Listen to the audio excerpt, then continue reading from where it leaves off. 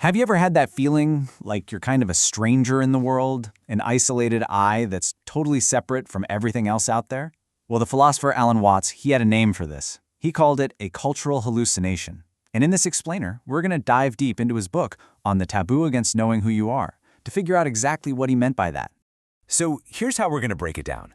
We're going to walk through Watts' ideas in 6 key steps.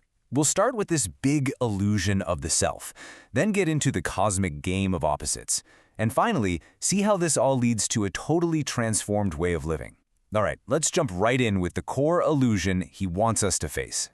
Okay, so our journey really kicks off by challenging something we almost never think to question.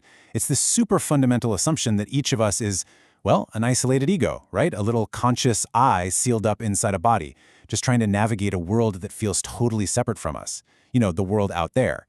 But what if that's not a fact? What if that entire belief is, like Watts said, a cultural hallucination? Just a story we've all been told so many times that we've started to mistake it for the real deal. The reality, or what Watts likes to call the inside information, is actually this. You are not a separate being. You're an expression of the entire universe, and you're as inseparable from it as a wave is from the ocean. So if that's the truth, why is it such a taboo? Why don't we talk about this? Well, Watts suggests that our whole social structure is basically built on this idea of separateness. I mean, think about it. We're taught to be these independent agents, always defending our fragile, temporary ego. And this way of looking at the world, it creates this constant, low-level anxiety, and it helps maintain systems of control. Because if we all suddenly realize how interconnected we are, well, those structures built on fear and guilt, they might just fall apart. And that brings us to a really central theme in his work. The idea that reality is this incredible dance of opposites. I mean, just think about it for a second. Light, it only has meaning because of the dark. You can't have sound without silence. They're not enemies fighting each other, they're partners in this big cosmic game. Watts actually calls this the game of black and white, and a lot of our suffering, he says, comes from us trying to cheat at this game. You know, we want all the pleasure, none of the pain. We want all the success, but none of the failure. But it's just impossible. It's like trying to have a coin with only one side. The two are completely inseparable. So, when you look at it this way, the universe is fundamentally playful. It's kind of like a cat chasing its own tail, or a wave in the ocean that literally cannot rise without also falling. The real problem is, we forget it's a game. We take it all way too seriously, and we end up turning this beautiful cosmic dance into a grim, endless struggle. Okay, so this leads right into the paradox of our own identity. See, society gives each of us a mask, right? A name, a job title, a personality. And this persona, it's useful. It's even necessary to get by. But the crucial thing is to remember that it's not who we really are. And that forces us to ask a really profound question. Who are we, really? Behind the mask we show the world every day.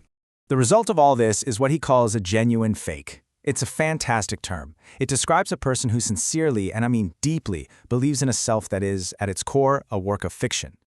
See, the ego isn't a real thing. It's just a concept, a mental model we have. And clinging to it for dear life is what creates all this constant tension and anxiety. As Watts puts it so brilliantly, it's like a shadow trying to control the very body that's casting it.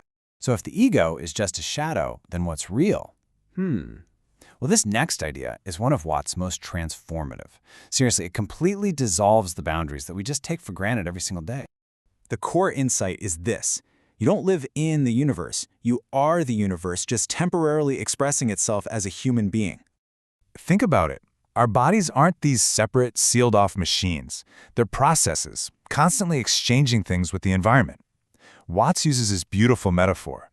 Think of a whirlpool in a river. It has a very distinct pattern, right? But it's not separate from the river.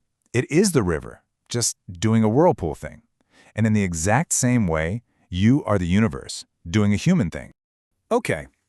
So if the self is just an illusion, and we're all just expressions of the universe, I bet you're asking a pretty logical question right about now, which is, what's the point of living? And Watts' answer to that is both incredibly simple and really profound. He says, life isn't a problem that needs to be solved. It's an experience that needs to be lived.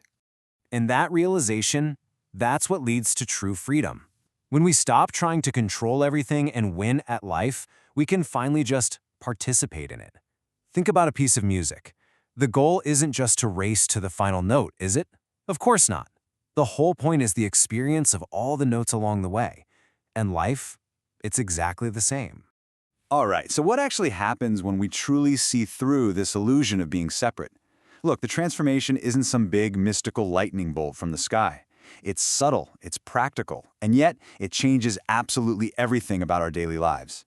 First off, fear starts to diminish because, well, there's no fragile little ego left to defend all the time. And from that, compassion just naturally starts to grow because we begin to see other people as part of ourselves. This frees up so much energy for creativity and spontaneity because we stop trying to control every single little outcome. You could say it's kind of like returning to our natural state. You get the openness of being a kid, but combined with the wisdom of experience.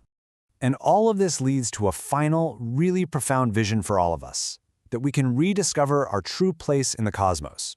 We're not meant to be conquerors of nature, but participants in a vast living whole. So, there you have it. The taboo is broken. The inside information is officially out. The only question left for us is what changes when we stop just playing a role and we actually start participating in the dance. If this whole exploration sparks something for you, I hope you'll consider subscribing for more explanations that challenge the way we see the world.